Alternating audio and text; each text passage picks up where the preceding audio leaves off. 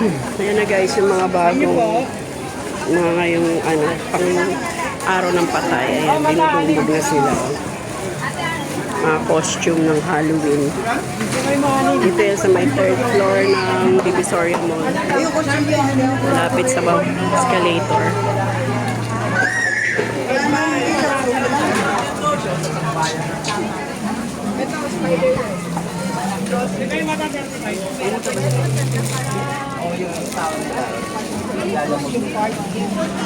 Mamaya doon yung mga costume yun. Spider-Man. Maliit lang yan eh.